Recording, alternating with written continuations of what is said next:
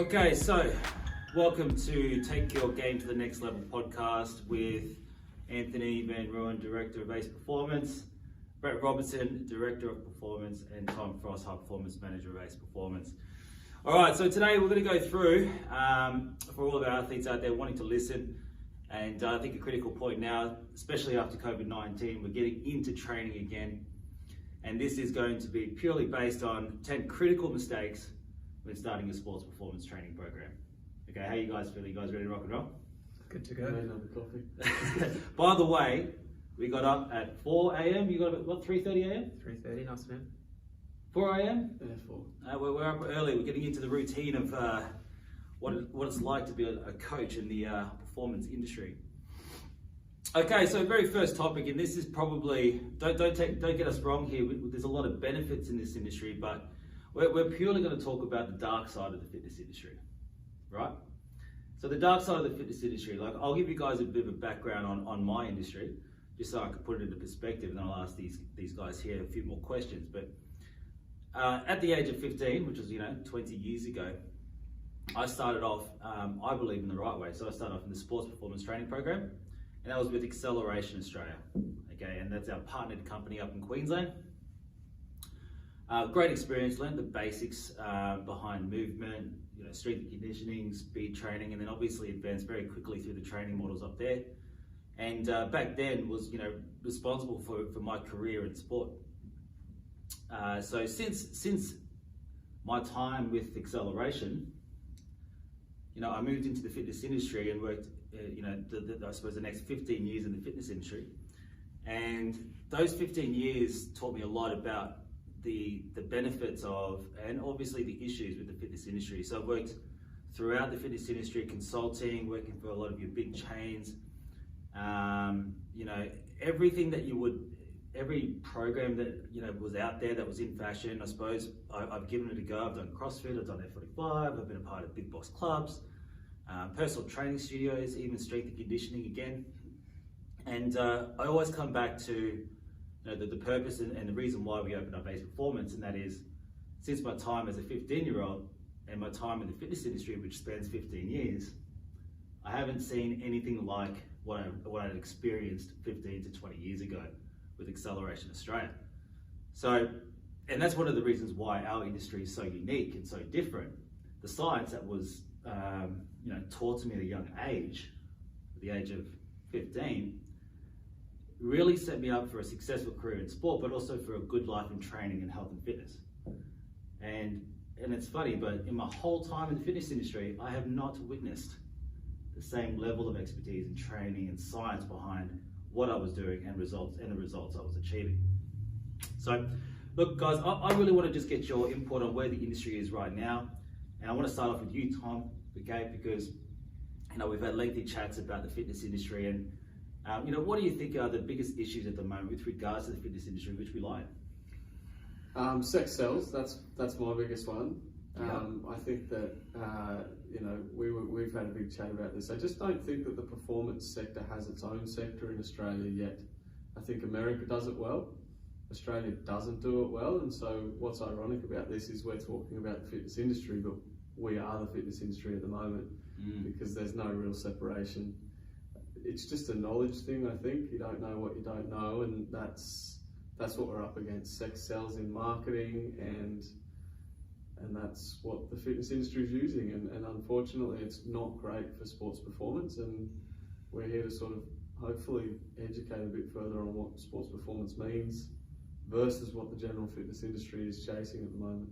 Yeah, and it's very interesting, that fact, I've gone through 15 years in the fitness industry, and I've seen it evolve from being, health and fitness related to now being just I would say like an engine of propaganda that we're pushing out, and most of it is around vanity, rather than science. And that's the issue. I think the difference between our two industries is that what I was doing 20 years ago, like 90% of it is still relevant right now. There hasn't really been much of an innovation. There has, but not really in that period of time. And that's probably what the question I've got for you, Brett, is, given your expertise with regards to athlete development, you've also experienced a bit of work in the health and fitness sector as a receptionist? And then a PT? Customer service, reception. Customer service, Everything. fantastic. You look really good as a receptionist, mate. But what's your experience on the two industries, you know, especially coming from the fitness industry like I have, and then moving into performance? Yeah, sure. Well, obviously left university and walked straight into a job at a large gym as a customer service manager. And then one day I decided that I wanted to train people, and I flipped a switch just like that, and within 24 hours I was a PT. There was no official change of job role. They offered me 3 months free rent, and I started training athletes that day. And given my age and sporting history, I was a go-to athlete development coach.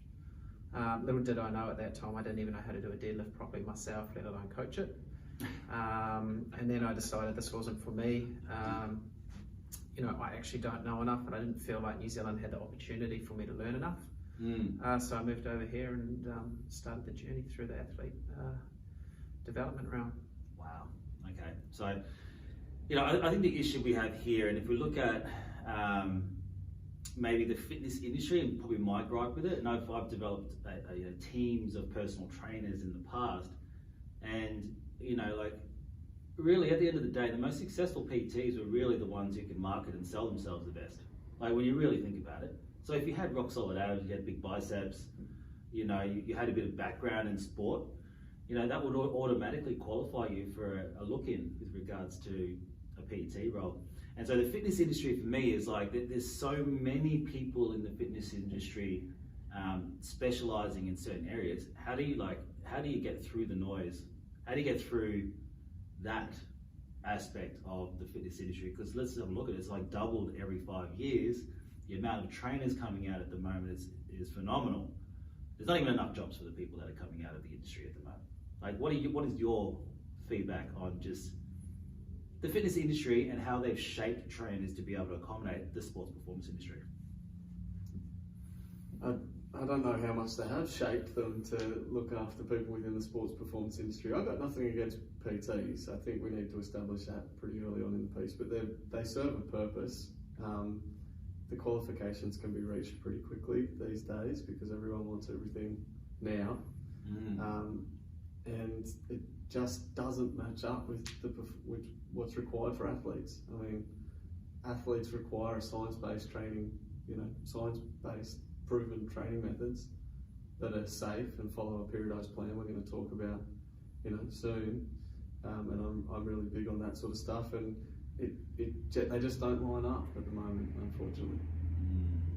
And then the ex-player, the ex-athlete that becomes the high-performance coach due to their experiences, you know, that's becoming more and more prevalent. So, yeah, I played for a footy team for 5 years in the AFL. Well, I must know exactly what I'm doing in high performance, and I walk in the door. Or I went to the Olympics for track and field. That makes me a track coach. So, yeah, we've had the experience as an athlete, but that doesn't necessarily, you know, equate to becoming a good coach. You see that really often. I think that, you know, dealing with athletes from 40 odd years ago that are now in the industry, and well, this is what I did back then. Okay, well, we're 30 or 40 years on now, and things have changed a little bit from what you used to do back then. But yeah, definitely. I mean, there's a lot of stuff from back then that is beneficial to now and to be applied. But at the same time, I think that there's a lot of new stuff as well, a lot of advances in the industry. Enough people coming through universities with the undergrad of sport and exercise science, all of the 3.5 to 4 years of education in this space. Well, let's move on to that then. So, like, topic number 2 for me was all about calibre of expertise. All right, so, you know, it's quite varied in our industry, and it's quite varied in the fitness industry as a whole. You know, like, we have now people in our industry who have 100,000 followers on Instagram. The Instagram famous coach. You know, we've got and maybe an ex-athlete who's got a huge following that now is becoming a sports performance or high performance coach. Okay, so talk me through, you know, the levels of expertise, so athletes kind of know and understand, you know, what's out there for you. You know, if you're a sportsman or woman and you want to be able to get better, what qualifications, what kind of coaches can you now experience? Plenty of different coaches. I think that the noise out there is ridiculous. You know, we're going to speak about social media in a second too. That's a critical mistake for athletes. Is establishing, I think, who you're going to train with based on social media. It can be a bit of a worry. You know, the most followers doesn't necessarily mean that they've got science. You know, science-based, proven training methods that are going to get results according to you as the individual athlete. So yeah, I think cut through that, it's tough. I don't, like, you know, there's so much out there now. Supply and demand is hectic. Well, I even just recently joined. It wasn't recently. It's about 6 or 7 months ago. 24/7 gym, so I can do a bit of training at home. And personal training cards and profiles are up on the reception desk. And so I saw one guy in particular who was the sports performance specialist for the club. All right. So this is where like the gym has a sports performance specialist. Like our biggest competitor at the moment would be the likes of, you know, your local gyms, your CrossFits and your F45s, because there's no separation of what we do and what they do. But when I broke down his qualification, yeah, Cert 3, Cert 4, that could be fine. He could be very experienced, right?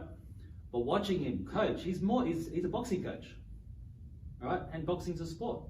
So he does fitness-based training programs for his athletes, but it's all boxing. You understand? So talk me through, Brett, like there are different types of specialist coaches, right? And what classifies in your eyes as an expert?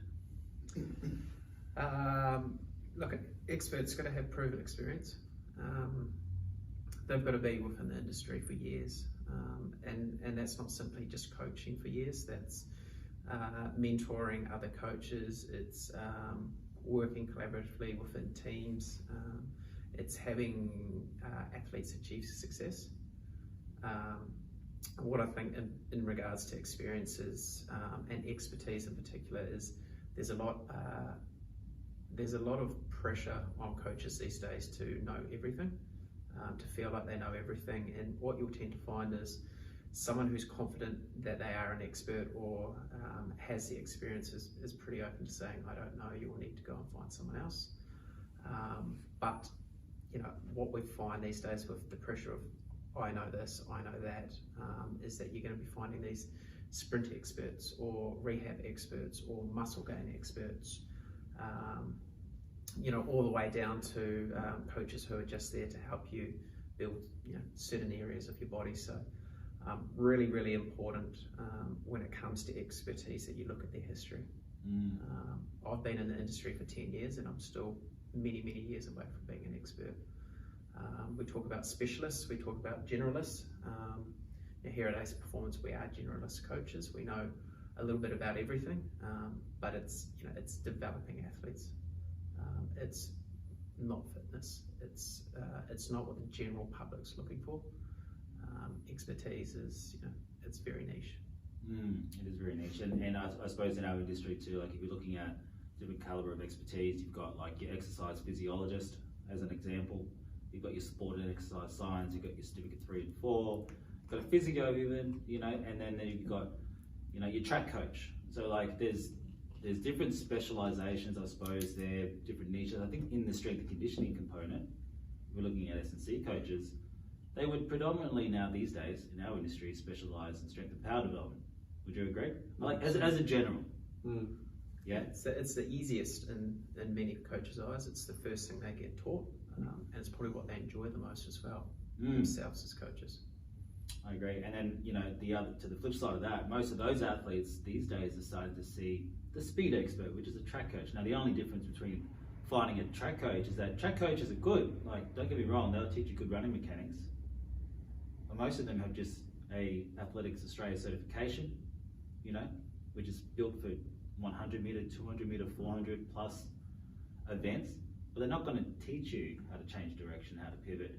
And let's face it, most of your running on the field isn't just like, I want to sprint 100 metres here as fast as I possibly can and get the ball, correct? So there's some downplay there. What do you thought about? What's your thoughts about that? Well, you know that speed for sport is very different to speed for running straight line over 100 plus metres, definitely. There's a lot of benefits that can be picked up from it, absolutely. But acceleration, sport specific, versus, you know, the ability to build over 200-400 metres is very different in what you're looking for. So, yeah, I agree. And track athletes are very different, you know, beasts to a general athlete who plays a change of direction sport, field or court based. And you know, you've got to know the rules of what it takes to play your sport and accelerate and decelerate and change direction for your sport. Very, very different demands on the body. Yeah, as Tom said, there is a lot you can take from track and field coaches. There's a lot they can do to help, but also, you know, the ability to run fast in a straight line is 10% of what an athlete needs. There's a whole lot more that you need to work on. So look, there's some critical mistakes here an athlete will typically go through when looking at the calibre of expertise, right? You will have the so-called specialists in the industry, right? Which may not be specialists in the industry, depending on their social media following or, you know, how well they publicly market themselves. So, you know, that's one aspect. But then you have degree qualified specialists. You also have track specialists that specialize in a certain component of performance training. So, you know, when you're looking to start a sports performance training program, Tom, like, what should you do? I would go with what Brett said. I mean, you've got to look at the history of results. I think it comes back to that. That's key, right? Like, results are what you're there for. You want to get better. Well, I don't know why you're doing it otherwise. You know, you want to get better at something. So, just looking at a history of results and how if you're talking about a performance coach in particular or an institution or whatever, you know, direct relationship of X to Y, you know, the results, and making sure that they line up. I think a history of that, consistent history, proven. Yeah, there's a lot of noise out there, so I think that's one of the best. What about you, Brett? What's outside of that? How else could you find a professional that would be quite suited to you as an aspiring sportsman or woman? You got to do your research. We've already touched on the point about how many fitness professionals there are out there. I think of the analogy of, you know, a bloke on the side of the road changing his tyre, comparing himself to a Formula One pit crew member. There are two ends to the spectrum. Yep. Majority of athletes don't need that Formula One pit crew member, but they need something close to it. So, you know, look at their history, that, like Tom said, but have a chat. You know, they should be assessing you. They should be talking about your goals, sporting wise, not fitness wise. They should be expecting you as an athlete to stay with them long term. It's not a quick fix. It's not a 6-month program and, you know, goodbye, I won't see you again. It's something that you're going to have to invest in lifelong. I agree. Yep, it's going to be very challenging, I think, for athletes out there looking to do that. Now, I think most of our athletes would go for what's convenient, what's cost effective, okay, which goes to my third point on, you know, some of the critical mistakes of our athletes at the moment, and that is the one-stop shop. You know, the big box clubs, they offer everything you need in one facility. Let's break that down. Like, let's have a look at what those facilities have. They've got multi-million-dollar fit outs. They will have pools, they've got spin rooms, they've got maybe hot and cold saunas, you know, hot and cold spas, you know, fancy treadmills and the like. What is your opinion? I want to start off with Brett, because you've been in the big box club situation. You know, is this all necessary for an aspiring athlete? Like, really, when you think about these huge, magnificent clubs and what they offer, and, you know, Les Mills classes that, you know, you've got a coach there to still be able to do a body pump session. Is all of this necessary for an aspiring athlete? Well, it looks good. It's fun. There's plenty on offer. You feel like you're getting a lot out of it, but realistically, athlete development can be done in about an hour per week with no equipment. So, you know, it's a bit over the top. Again, face to face with a coach, that's what you need. Someone that knows what they're doing. Yep. You know, we run outdoor sessions with a resistance band, one medicine ball, and some cones. and that can be done on the oval down by your house. So as much as it's nice to go into these large gyms and feel like you're getting something out of it because you're part of it, it's really just for morale. And I want to go back to maybe just the psychology around the big box clubs, your Fitness First, and like I joined Fitness First Richmond maybe a year or so ago, and it's just fascinating the environment you're stepping into, right? Like from an industry perspective, sportsmen and women that have some specific goals will go into these environments, and it really is just a vanity show, and then there's like this next step, for some facilities where it's just like huge intimidation factor to step behind a squat stand, and start squatting, right? Because there's 200 kilo guy to your right, punching out 300 kilos on a squat, trying to build muscle, probably on some substance, right? But you've got this, it's a culture built around vanity, right? And as sports performance specialists, we want to be able to focus on the science and real results and doing things that matter. So the environment and the psychology around that environment, Tom, do you want to expand on that? Yeah, there's a lot of fluff within those places. Let's just call it that. As Brett touched on the equipment, for sports performance, let's keep going back to the fact that we're talking about this for sports performance and for athletes. Okay, like it's got a purpose for general population that want to keep fit and healthy. I'd much prefer, the mum or dad or whatever that's trying to stay fit and healthy to go and do that than to not do anything. But for an athlete that has performance goals to get better for your sport, like the treadmills, the isolating machines, all of that stuff is fluff and is not applicable to the sports performance. It's applicable to the vanity. It's applicable to isolating muscles and getting the show on. And what I think is ironic with this, and we had a quick touch on it yesterday, was like some of the athletes that are out there are like the best looking, most ripped people in the world because they train like athletes. Yeah. And they don't do that stuff. So I think that there's a lot of irony in that too. I don't even know if I've answered the question there, but I think you kind of have in a way. Like you've got, people look up to athletes, right?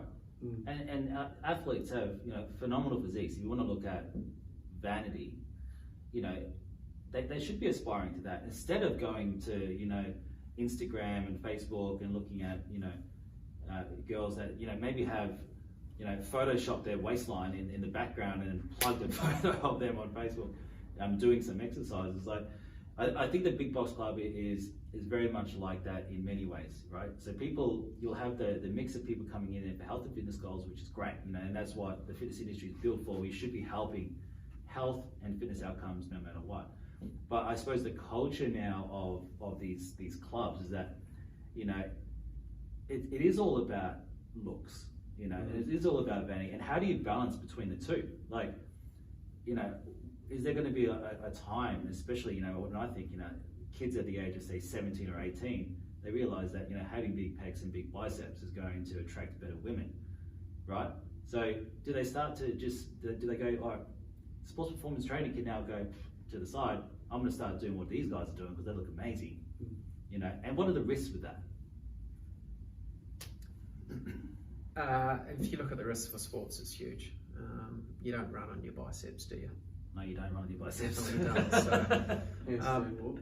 So, the way I look at it is, if you think to any of our athletes, if they were to go into a large box gym at say 6 p.m. at night when everyone's finished work, yep, and perform one of our training sessions, they get laughed out of the gym. Oh, they'll get laughed at. I was laughed at just doing my dynamic warm up in the gym. They're like, exactly. Don't do it. What are you doing this for? Why are you doing this? You don't have a barbell above your head. You don't have 100 kgs on the bar. So very, very different modes of training. Yeah.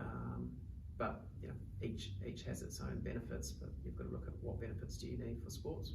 Yeah, it's a fascinating space, and I think that the risk there for athletes, and we're going back and looking at critical mistakes here, is some box clubs are doing the right thing, right? And if we could just look at that generally, and if we were looking at the correct process, is that if you do join a gym, you should be getting a thorough assessment, right? If you're entering into a sports performance training program and you want to get real results, and the issue, and I've seen this in the fitness industry, is that you can get signed up, given a membership card, and you can go into this world of fitness that has everything, right? And the trap that I see most kids getting into is that they'll go, all right, I need to put on muscle, so I'm gonna hit weights today, right? I might download a program, give it a go, but then I also might do body pump tomorrow. If anybody's done body pump, like for the first time, it'll kill you, right? Because you're gonna try and put on all the weight you possibly can, and you're gonna go through and do 1,000 reps and absolutely demolish your body. But then I might do yoga tomorrow because I'm feeling sore, right? So this is the environment that which you join, which has got like a lot of programs on offer. But if you haven't done your due diligence, you haven't done your assessment, which is the basic, like people need to know, how are you built? You know, do you have any potential injury risks? What are your sports performance goals? And then having somebody be able to go, well, don't do body pump 5 times a week, you know, don't do yoga 5 times a week. This is probably what I would recommend. And even that's a bit shady in the fitness industry. All right, what are your thoughts on that, Tom? Yeah, don't do it. Yeah, due diligence is so damn important. The noise is crazy. You don't need the fluff for your performance measures. You know, Brett said it can be done outdoors in 45 minutes with a band, a medicine ball, if you're talking about sports performance. That's it. But it's funny though, like if you're playing rugby and you need to put on size, you know, you need to get stronger, you know, that's where you need to go to the gym. Like you need to be able to, you know, you need to lift weight. You need to do it properly. There's science behind that even in our field of work. But the big box club, it has all that, right? So that's the issue. They're going to go there and go, well, you know, last year, if I was to assess my game, I got bullied, I got bashed in rugby. You know, I need to put on size, I need to get stronger, I need to get more powerful. So, convenient place here around the corner, let's just say Good Life, this is where it's all going to happen in this pre-season. You don't know what you don't know, so, I mean, you know, like your body pump and stuff like that, you might think that you're putting on size, but it's probably better to dive into the science of all of this sort of stuff, but, you know, there's body size and then there's applicability to it, to performance, you know, like how that size is then used functionally. You know, we're going to talk about bodybuilding, you know, as oh yeah, let's next topic. Next topic. Well, maybe I'll hold off till that because it's probably more applicable to that. So, let's jump into it. So step number 4, and I think this is the most critical mistake for youth and maybe even mature athletes wanting to start a sports performance training program, is this online space of enormous data, enormous amount of information. And I think the one company leading the way at the moment is bodybuilding.com, right? So let's just have a good chat, Brett, about, all right, let's just put a hypothetical here. I'm an athlete, I need to put on size and strength, so I'm going to look at bodybuilding.com. I'm probably going to look at Ronnie Coleman's program on YouTube, you know, and look at what he was doing back in the day, which was insane, by the way, if you haven't seen it before. And I'm going to copy that because it worked. This guy's 130 kilos and he's squatting 500 kilos. Like, this guy knows what he's doing, right? Yeah, well, personally, I was more of an Arnie fan, so I downloaded Arnie's programs. You did it. Right. But I think the allure to bodybuilding.com is the fact that there's so much free information on there. And at the age that you tend to head to that website, you're very impressionable. You're very open to learning about what you need, but it's just not the correct content. One of the main problems I find with things like that is the workouts have an ability to make you sore for a week. Now, if you're a 16, 17-year-old sports player, I can almost guarantee that there won't be a week going by where you don't have 2 or 3 training sessions.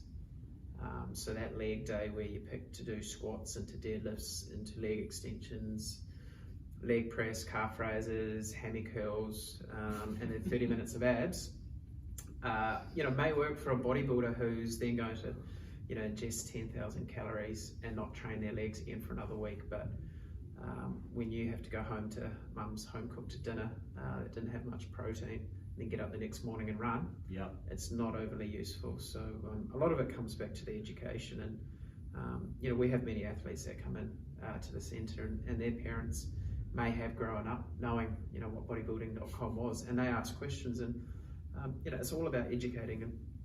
No, this is what you need versus this is what you don't need. And by no means is there any negativity about bodybuilding.com. It's just, who is it for? Bodybuilding. It's bodybuilding. There we go. Well, it's funny now, the website is tailoring a lot to sports performance training as well. So they've got different types of programs for different types of people. But you know, I'll look at like some of these famous quotes that come out. I think it's called Gym Junkie, and it's like, if you've trained and you know you can't go no more, and you're vomiting in the corner of the room, get back up and keep going. Right, that honestly, I've seen probably 10 or 15 different posts on this website about how hard you need to train, right? This is online, this is all online. And bodybuilding really kind of pushes that emphasis, right? So I'm like, you've also got, you know, even if it's for, you know, getting fitter or whatever, you need to train until you vomit. This is the propaganda. I like to call it propaganda of the fitness industry and the likes of bodybuilding.com, where it's all about grunt, max exertion, get back up and start doing it again. There's a huge issue with that, and this is what our athletes are seeing on their feeds all the time, right? It's on the websites all the time. Yeah. What's the issue with this, and why is it just not applicable? Let me start with the fact that I'm not going to completely write that side of it off, because, you know, I train a UFC fighter and people in this space, and there is definitely a resilience mentality to some of that stuff. You know what I mean? Like, I think that there's a need for grit where it's got its place, but doing it 7 days a week without the appropriate recovery, whatever it may be, like, the science proves it, right? Like, you train, you have, you know, a drop-off effect, and then the body is stimulated to repair itself. You get a repair, which is your growth, and then you go on super compensation cycle. You adapt, you improve, and then you go again. That doesn't work, and it becomes overtraining, and that becomes injuries, and that's not applicable to sport. Ronnie Coleman can't change direction very well. Right? No, he can't. No. And at the moment, he can't even walk without a walking stick because he's completely broken his body, right? And this is one thing, I'm gonna hit you back with a prime example of an athlete in our system. I'm not gonna name him, but a TAC Cup player that was highlighted to make AFL, right? Was training with us 2 times a week down here in North Melbourne, but also, you know, with a TAC Cup team, but loved to hit the gym, right? So the negative impact on that was that he got injured. I think you know who I'm talking about. Tim was coaching him as well, was finding it very hard to just kind of mentor this guy through, stop doing what you're doing in the gym. Because I know you want to get stronger and look good, but it's actually having a negative impact. You want to talk about that? Yeah, kind of going on from Tom's point is, bodybuilding is all about the depletion of muscle. The more you break it down in theory, the more it's going to build back up. But sports performance and even athlete development, you've got to look between 2 spectrums. You know, the maximum dose you can give someone before it's too much, and the minimum before there's not enough. So there's only a small, you know, window or a bandwidth to work in. And what we like to think in sports performance, that most of the work done in here is done with their sporting team on the sporting field. And we're just that little top-up effect to ensure that they stay in that bandwidth and don't go outside of it. Now, you go outside of it by 1, not training, you're not getting enough dosing. 2, you go out the other end of that bandwidth because you're doing too much. And that's what we find. It's, you know, I'm going to be with my team 3 nights a week. I'm going to play a game. There's 4 sessions already. I'm then going to go to the gym 3 nights a week. I'm going to hit legs 3 nights a week. That's 7 sessions. And just because I need to get fit, I'm going to add some running on top of that. And that's where we go from, you know, that maximum dose, we go right out the other end of the spectrum. Now, that bandwidth can change depending on each athlete. So as a coach, you need to know how wide or narrow that bandwidth is. Where are they in their season? Well, they're in their pre-season or their off-season. Well, we can push it out here. They're in season. You know, finals are coming. Olympics are coming. and get smaller and smaller. And if you are anywhere inside or outside of that, as a coach, you need to know. Prime example, and I suppose the issue with not having enough recovery, not being able to adapt and grow, and this is across not even just gym work, right? We're looking at sprint work, any type of physical activity, is that key component of the program design. You can't find that on bodybuilding.com, right?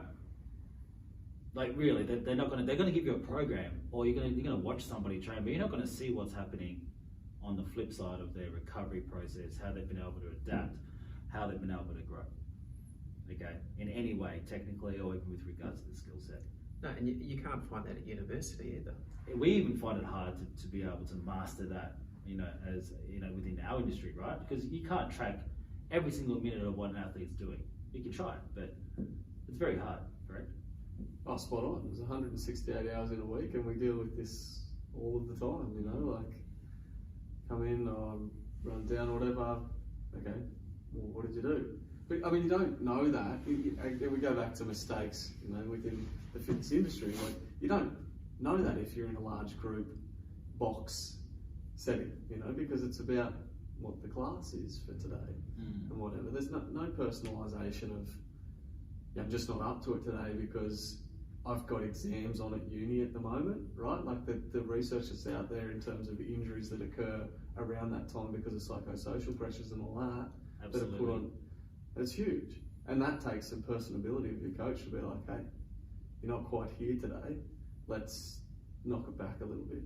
Yeah. But you go to your box gym and throw the weight above your head 50,000 times like it says in the program because everybody else is doing it. The science speaks for itself there, I think. Okay, let's just talk about the science then, and we'll wrap up online just really quickly.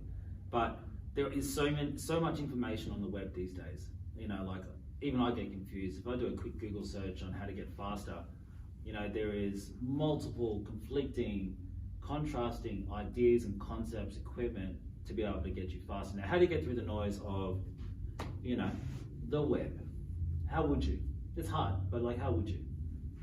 I think anyone that says they can get you faster in 3 easy steps or provide a result in a short amount of time is very good at marketing and probably doesn't know what they're doing too much within the Because that's just unrealistic, isn't it, bro?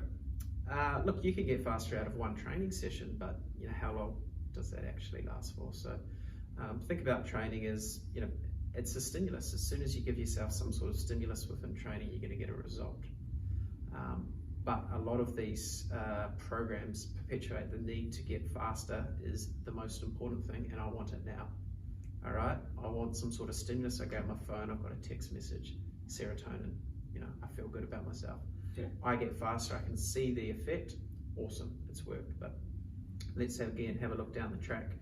A year down the track, is that result still going to be there? Unlikely. So, the science behind what we do, as you said, it's been around for years, 15 years ago. It hasn't really changed. But what has changed is coaches' understanding and being able to communicate has improved. I agree. So those downloadable programs, 9 times out of 10, they're marketing. Yeah, and it's hard, right? Because the best marketer these days will get the best results for attracting clients, but whether or not they're the right coach for you is the hard part. Tom, wrap this up. How can you find a coach online that you can trust? I hate online. I don't know why you've asked me this. I love this, right? Like COVID's killing me having to be online so much. I think that you just need to be a good judge of characters, a good start, which is tough because like Instagram gives you the great snippets of what's happening right here for this little 10-second video. Yeah. But what does that mean in terms of how much you actually care about me and my results for me, like personally? I think it goes back to being able to find what the results of the person or the company or institution is long term, consistently. What have they been able to produce? Exactly. So guys, if you're out there and you want to be able to find the right education, maybe just start researching companies that have been in the industry that have real life experience coaching real athletes, they get real results, right? And you can see that on most people's websites these days. You can call them, you can find out a bit more about them. If you are local to them, you know, organize a coffee, like Brett said, and just have a chat to them, see what they know, okay? And you know, if you are a javelin thrower for athletics and you're like, I'm really struggling, I need to build strength and power for my sport, see what they've got to say, right? If it's like, well, that's fantastic, what we'll do is put you into a HIIT program 3 days a week, then that's just not the right coach for you. Okay, so I think we understand that there's science for sport that we need to be able to consider. There are companies and there are trainers out there that have a portfolio of expertise, but how to get through the noise, I think, is to just do a bit more research into those companies, drop a line to them, ask the questions. Do they know what they're talking about? Okay, and same thing with websites and online programs and bodybuilding.com. It's just, like, I'm not saying they're not going to work, they may work, but there are a lot of factors in your training program that an online program just simply wouldn't be able to accomplish. Great? Great. And let's talk about this next step, and this is step number 5 for us. It's a big one for me, is where has the science gone? Okay, and this is just, let's just put up fitness industry, which we are a part of, okay, but we're trying not to be a part of. Well, we are, but we aren't. And the sports performance industry. And I'll go back to my time in the sports performance training atmosphere with Stewie Briggs, Acceleration Australia. Best training I've done, you know, probably ever, right? But then I've gone to the fitness industry, and I'll be honest, it is just confusing, it's frustrating, and the level of science, I believe, from 15 to 20 years ago, is really just, is just not there anymore, you know? And let's just talk about that. Like, for some people, yeah, but for the majority of institutes out there, you know, it's just not there anymore. Well, you go back to the qualifications, which we spoke about at the start. You can get your PT license in 3 months. 3 months, exactly. Right. Like, and online. Sign the back of a cereal packet and give it to me, because, like, you know, 3 months versus 3.5 years, 3 years, whatever it is, what degree you're in. Like, you speak about the science of things, you just can't do it in 3 months. You can't do it in 3 months. It's impossible. You can't do it in 3 years. Like, I knew, you know, and there's a lot of base knowledge out of the back end of a degree, you'd like to hope, and all of the fun had at uni. But, like, you learn by then being on the job as well. It's like, you've got to have that base knowledge. It's quite an interesting one, because you just can't, you definitely can't pick it up in 3 months. Yeah, absolutely. It provides the background, you're right. It does.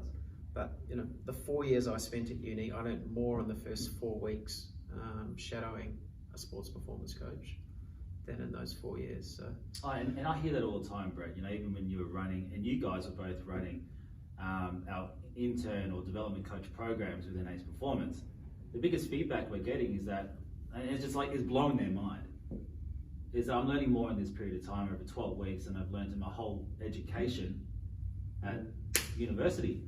Now, there's the gap in itself, right? Like, university can teach you all the theory in the world, but practical experience and know-how, coach's eye, for example, you can't teach that. Yeah, we've got to remember, unis attract exercise sciences, you know, as one of their majors, for example. Exercise science, you can go any route out of there, and sports performance is only 1%. You know, there are so many different options which they have to cater to. So, like we said, they provide you with a bit of background knowledge, but, you know, I know how to do VO2 testing, how to watch someone swim in a water flume, but I'll never use that in my sports performance, you know, day to day. So what they actually need in the day to day versus what the unis teach them are two very different things.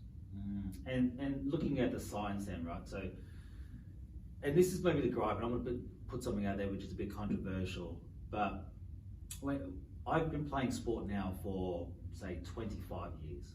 I've never signed a waiver to play sport personally. I don't think I have. I can't remember a time. Have you signed a waiver to play sport? Have you signed a waiver to play sport? Not that I can remember. Right, and just check this out. I'm going to put something back on the fitness industry right here, and that is, you must sign a waiver to enter into these gyms. Okay, if you're going to join an F45 or a CrossFit, you have to sign a waiver, right? Now, there is an issue with that, okay? Because if you've got a company that's forcing you to sign a waiver, they are protecting themselves from poor programming and poor coaching, right? Because if they get injured through poor programming, poor coaching, or doing something silly in the gym, which Poor is like, education. or poor education, they're going to get sued. And to be honest, when the waivers started coming in, this is a little while ago, but it's obviously evolved over time. There were lawsuits coming in literally every week at the fitness industry. Now, the issue I have, right, sports performance coach is very similar, but the way in which we coach, we are backed with a lot of science, right? We can still make mistakes, but you know, the waiver isn't really needed for our industry because we have so much detail in what we do. Now, my issue, and I want to put it back on you, Brett, here is, what is your thought on this concept of the fitness industry, the need of a waiver, and what we do as sports performance coach, the difference between the training environments? It's very different because there's science. I think that's the number one thing, right?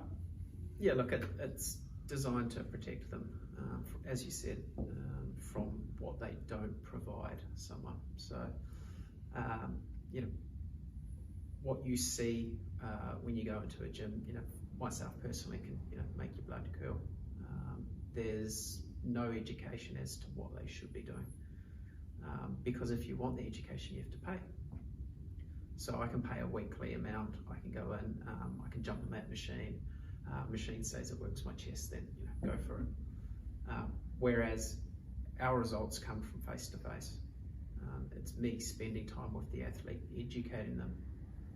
I know they're not going to only ever train with us. They're going to go to their school, they're going to go to their club, they're going to go to the AFL, and I'd like to think that, you know, if they've come from Ace Performance, they know how to squat, they know how to deadlift, they know how to run, decelerate, change direction, they know how to do everything, they know gym etiquette, and then from there they can teach people, they can teach brothers, sisters, friends, due to the fact that we've spent the time educating. So, you know, when you're training, you're not only just getting better, you're also learning as well. Touch wood. But, you know, injury within facilities, and let's go back to you, Tom, on this whole concept of, like, you know, maybe the difference and where the science has gone, you know, with the health institutes that are out there at the moment. And I think the question I've got for you is just based around maybe some of our biggest competitors, like the larger group training institutes, like the CrossFit, right? I look at CrossFit, and the definition of fitness actually falls in line with what we do. You know, like over a broad spectrum, over speed, agility, conditioning, strength, power, agility, proprioception, control, balance. You know, if you're good at all of that stuff, you're becoming a better athlete. If you're continually improving that whole spectrum, that's their version of what's called an athlete, right? But knowing our physio partnerships, you know, and some of our allied health partnerships are just have a major influx from these group training institutes, okay? And it's affecting, I suppose, our industry in a way as well. Are we in the same industry still, Tom? You know, is this you know, this whole concept of, like, you know, a waiver which is really important for large groups, but the difference is quite remarkable, isn't it? Yeah, this was something that you brought up that I'd never thought about before we spoke about it, and it clicked for me then. I think it comes down to the systemization and monetization of the industry. Like, really, when you think about it, and you've pointed out CrossFit and stuff, and let's go again with CrossFit. Like, they do a great job of a lot of components of their definition of, like, athleticism and fitness. That, like, there's a lot of truth in that, absolutely. But how do you systemize that to make money? Well, you create a cult following through making people feel great, which is all perfect. But then they have to tack on a partner physio because it's large group, it's not individualization unless you pay for it on top of what it is that the group thing that you know, your minimal cost group-based classes. And so they have to tack on that partnership, and that becomes an interesting little business opportunity, doesn't it? Because it's a cycle. In one door, out the other door. Yeah. Revolving cycle. Not here to rip that apart, but I think it's about systemization and monetization of it. And nobody's really nailed it, I think, from what we're getting here, in terms of being able to make it really affordable to have something that's applicable to me and my goals as an athlete to get results. Yeah, and that's funny too, because I think a lot of athletes think CrossFit is actually the best thing for your training, because it's all about the fittest people in the world. You know, if you look at the documentary, fittest person in the world, it's a CrossFitter, and you know, quite possibly is the fittest person in the world, I believe. You know, like he's a phenomenal athlete. But Brett, you know, what you're doing there in CrossFit is you're training for the sport of CrossFit. So you've got very specific demands of the sport on event day. So you've got something that you're working towards. Just tell me from your perspective, how does that fit in with an athlete now, these days? Yeah, look, you're not wrong. Matt Fraser, after watching documentaries, is an absolute animal. But you know, he's training specifically for events he knows he has coming up. He'll lift more weights than, you know, any professional sports person in the world, but that's, you know, that's not what you need. You need to be able to run out 4 quarters of a game, or you need to be able to play 90 minutes of football. You need to be able to accelerate, decelerate. The demands on the body are completely different to what the gym, you know, offers. You know, just talking to a few athletes at the moment, what have you been doing during COVID? And a lot of them have said long, slow runs, because we don't know when training's coming back, we don't know when games are coming back. That's fine. Have you done any high speed running? Have you done any change direction, any deceleration? Most of the answers are no. So very similar kind of concept is, you know, you're going to have to reintroduce these guys to high speed running. You're going to have to reintroduce them to change of direction, you know, protect soft tissue, protect joints. I don't see any of that happening in CrossFit to start with. You know, having a strong base of fitness, being able to lift a lot of weight above your head, it's cool. But overly, it's not applicable to sports.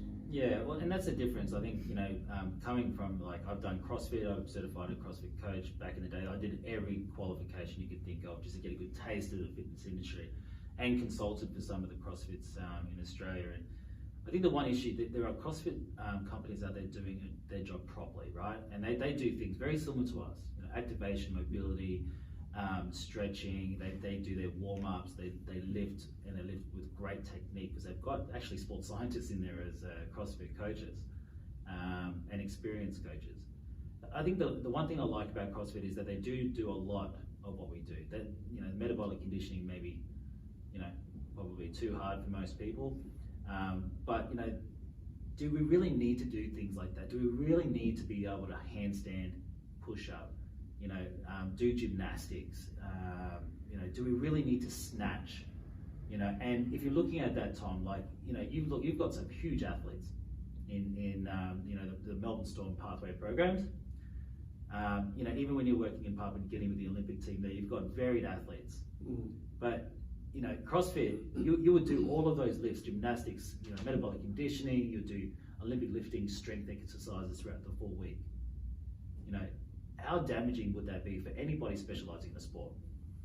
I'm going to talk about where I've gone wrong with this in the past. Is like soccer players, for example. All of those things are great. Like we've said, they've got their benefits, but for a soccer player that needs to stay light on their feet and have, you know, the neural activation to be light on their feet and to be switched on, to be able to be, you know, have the right footwork technique and to be playing the right passes and whatever it may be. I don't think that, you know, Matt Fraser would be able to apply those sort of things. I don't think that Ronnie Coleman can change direction very well. I think what we're getting at here is like its applicability to you and your sport and your goals and whatever it may be, and the general, like Brett was mentioning, you know, the general idea of this general fitness thing doesn't apply to where I'm at right now, what I require for my speed now that sport's going back after the second off season of COVID-19. It's just not applicable to the sport and what I require at this point in time.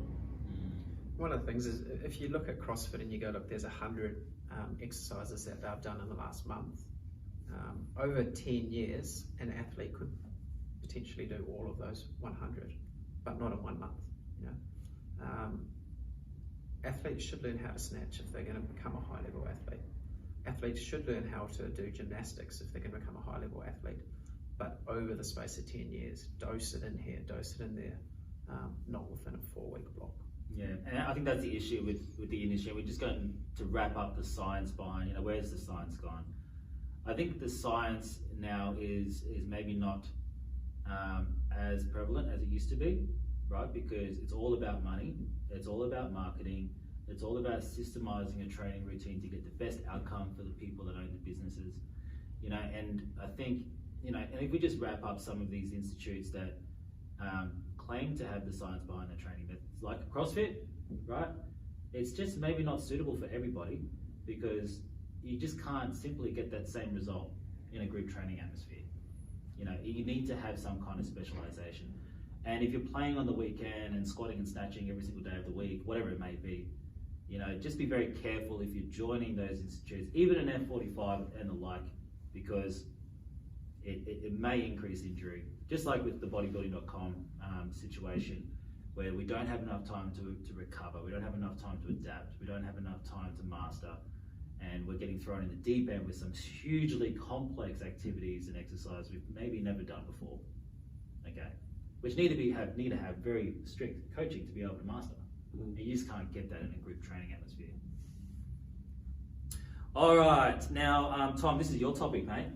Love this. Why do you need a plan? And the reason why I'm going to start off with you because I'm going to also bring out your favorite quote in a second, right? So I just want to see how you can contradict yourself with regards to having a plan. Yeah. Well, I love that. I mean, everybody that thinks that the world's black and white is wrong. Yeah. Okay, so we're talking about periodization, right, and planning. Yeah. Everybody's got a plan until they get punched in the mouth, Mike Tyson. Exactly. You have to start with a plan, though. Yeah. Like you just have to start with a plan. You can't go at this. If I'm I'm training my UFC fighter after this actually, and if I know that he's possibly got a chance to fight on Fight Island, at the back end of July or August, just saying, then I need to work back from that because he needs to be at his peak by then. Now, there's no point me going down there now and throwing, the kitchen sink at him because this is what I'm doing for now. I need to work my way back from that because I need to see myself there with him at the fight, being at his absolute best at that point in time, and I need to work my way back from that. And that's a challenge, though. Like Jimmy Crute is, I've seen the training videos. He's a great athlete. He's young, right? How do you reel that guy back in? Because he's just all about give me. I want to go as hard as I possibly can. This is hard. How do you do it? No, you. Oh, you got to. Yeah. I think that was about. How I think it worked in that sense was sitting down with him for a coffee, going through the core values and goal setting process that we do for our athletes, right? For our coaches. That for me was when it worked. You guys don't even know that I did that, but that was when it clicked for me because I knew more about why he was doing what he was doing then, and he knew that I cared enough about what he was doing, and we're both on the same path then, and that was it for me because now you know what I'm here for, and we're both on the same path. Yeah, that's spot on though. In our industry, and I think even in the fitness industry as well, is that I think one thing that they do sometimes well is outlining goals, right? So outlining why you're here, what would you like to achieve, when would you like to achieve it by? I think very basic questions when somebody's getting signed up to the gym, right? But I think the next level of approach, and this is where performance coaches, maybe taking it to that next level, like you've done that with, Jimmy Crute, UFC fighter for Australia, and, getting to know an athlete, know their core values, what they're aiming for, outlining their why, is essential in understanding how to plan for an athlete, and outside of the mechanics behind that, putting together when are you training with your other coaches, what are you doing for recovery, how are you going to sleep, what are you going to be eating, etc., etc. That basic conversation of getting to know your athlete is the best way forward in attaining results, I believe, and a proper plan.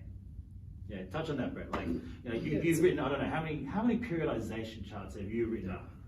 Let's just put it out there. It's like 2,000-3,000, right? You need to look at the why for the athlete as the base of the pyramid, but you can go all the way to the top of the pyramid as why are they doing that exercise. So if you've got why are they training, why do they want to hit those goals, where are we going, and then it's slowly making its way up the pyramid. Finally, you've got to get to the point is why have you programmed this? Why is it at this time of the year versus in a month's time? Why are we doing it at this speed versus another speed? So the whole idea behind periodizing and planning for someone is to ensure that you're on the correct road. But do remember there's going to be lots of bumps, it's going to stop, you're going to fork off. So I think periodization needs to be punched in the mouth. Yeah, it's going to be fluid. Yeah.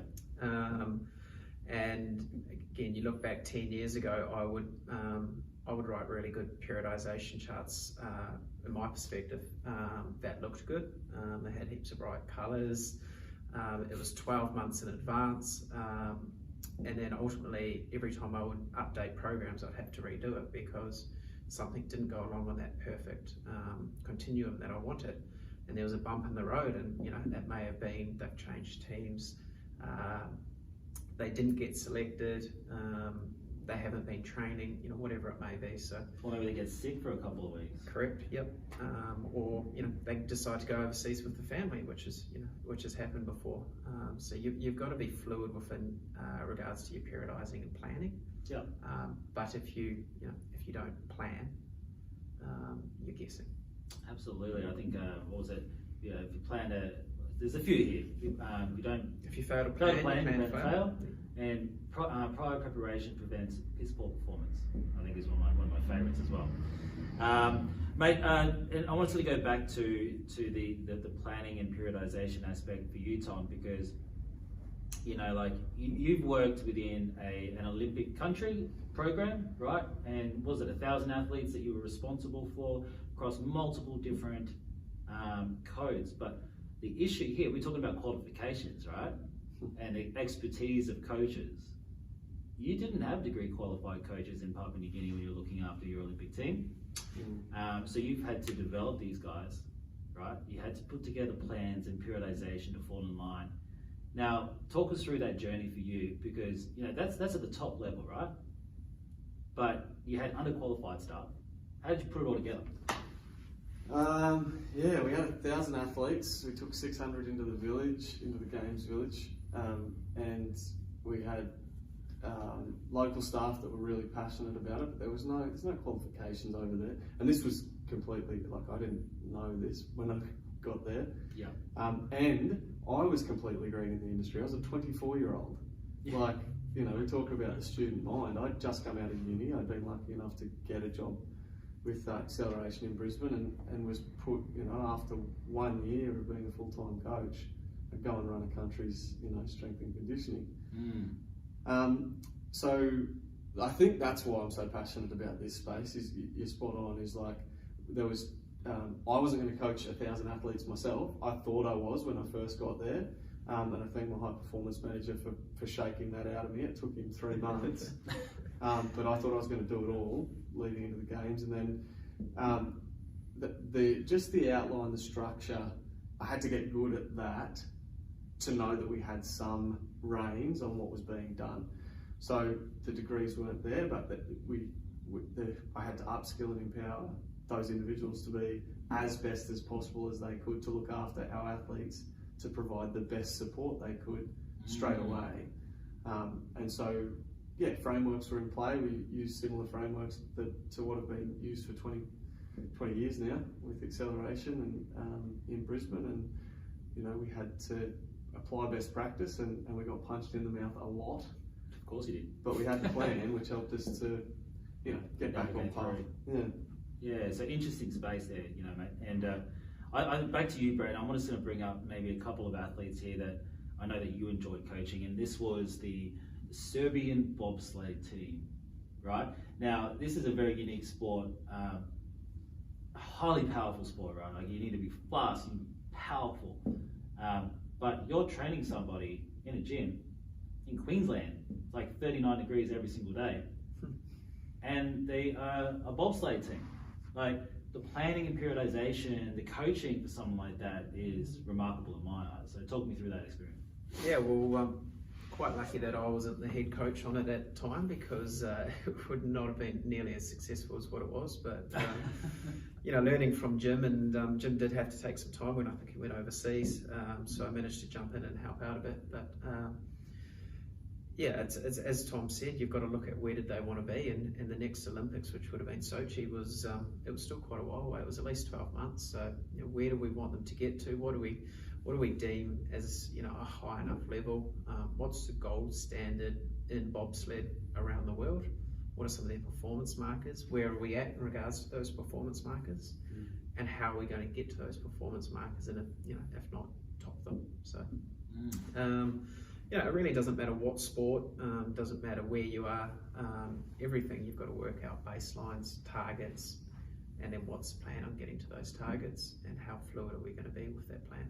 And I think that sums up the need for a plan for our athletes, right? So if you're out there, if you're starting a sports performance training program, baseline data is quite essential in that process. So knowing exactly where you are right now as an athlete. You know, if you're a field-based athlete, how fast am I? How agile am I? How powerful am I? Am I at risk of injury? Can I touch my toes? You know, like doing a good rounded brief on who you are, what you're doing right now, your goals, your visions, mapping them all together with a very structured plan that's going to get you long-term results and continued results. It's not like you're going to train for 6 months and that's going to be the peak of performance for the rest of your life, right? And we know that because in sports science, we can just keep on pushing that envelope, right? We can keep on getting an extra 1% here and there and there. So have a plan, all right? Make sure the plan is accurate. Make sure you do the right process, and what we believe is the right process is get some baseline data, understand your core values, your prime dates and times, work back from your main event, you would recommend, and there's a lot of factors in between which you'd probably need to see a coach for, which we don't have the time to be able to explain today, but at least have a good framework of how you're going to achieve your goals. Would you agree? Yeah, absolutely. Begin with the end in mind, and then another important one there, like with the Pacific Games, just quickly, is that became a cliff's edge for us as well. So I've learned from that is, like, even if you're working back from the event, that's your key point. You want peaking there, but continue a plan beyond that, because the athlete psychologically needs to know that that's not the end of it. Yep. Yeah, I dropped off a cliff's edge myself. It's not their last day, is it? They've still got more. Anyway, sorry. That's good. I'm gonna touch on another subject here, which is point number 7 for us, and that is social media does not work. And I think we've already spoken about this at length today, but I think in particular, sportsmen and women looking up to their idols in sport. Like, I'm looking at my idols, Morgan Mitchell, and she is so fit and beautiful, and she's doing a complex step-up snatch onto a box, right? I like that. I really do like that. I'm going to put that in my program because she's an athlete. I'm an athlete. It works for her. It's going to work for me. I always see this a lot. It's funny, Brett, I think you were talking about this the other day. If you like to scroll through and look at the comments, right? What have you found with regards to some sportsmen and women out there looking up their idols? Their comments are brilliant. My favourite is, love this, chucking it in, what were your sets and reps? And it all comes back to periodization, exactly the same thing. That's what Morgan needed then for her ability to run the 800 well. Not saying that the athlete or the person who typed that in doesn't need the exercise, but again, it's that instant gratification. If someone else is doing it and then I can feel like I'm doing it, then I'm as good as them. Yep. You look at Instagram and a lot of the top coaches around the world do not actually have Instagram profiles. And majority of that is because they're probably getting too old. And they were at the peak of their powers when social media didn't exist. Yes. Whereas the best Instagram coaches are the people that have managed to get the most followers. Doesn't mean they're the best coaches, but they're the best Instagram. I don't want to say influencers, but Instagram coaches. They can hoodwink people into thinking that they know everything, and they're the top coaches in the world. Yeah. And one of the ones which is really interesting is you talk to some of the students doing our ACP, and I say, who are your mentors? Who do you follow? Who are the best coaches in the industry? And every single one of them come from Instagram or Facebook. Yeah. If you were to ask me, not one of mine would. So it's very, very different. And it's a funny space, social media. Like some of your better so-called sports performance coaches have actually had an impact on some of our coaches. I know that we started introducing some pretty cool, radical new exercises to our database not so long ago, because in our coach's eyes, the best coach in Australia was doing it in his programs. So like that's probably that, like even in our industry with the education behind our coaches, and we spend a lot of time developing our coaches on good science behind training method, but they are even still influenced with regards to some of these, popular coaches in the industry at the moment. Like, what is your point of view on that, Tom? Yeah, well, sports performance needs to try and get with the times and get sexy, apparently, because that's where we're falling away, really. Like, like Brett mentioned, the guys that are actually the best at this in the world, the stuff that they're doing is not sexy. I don't know how you make it sexy. I mean, like, I don't know. We might have to go to get bikinis and do it with bikinis. Yeah, well, actually, that was my next point. Was when you're talking about Morgan Mitchell, I'm going to put a little dub screen over the top there of you side by side with her and a screenshot.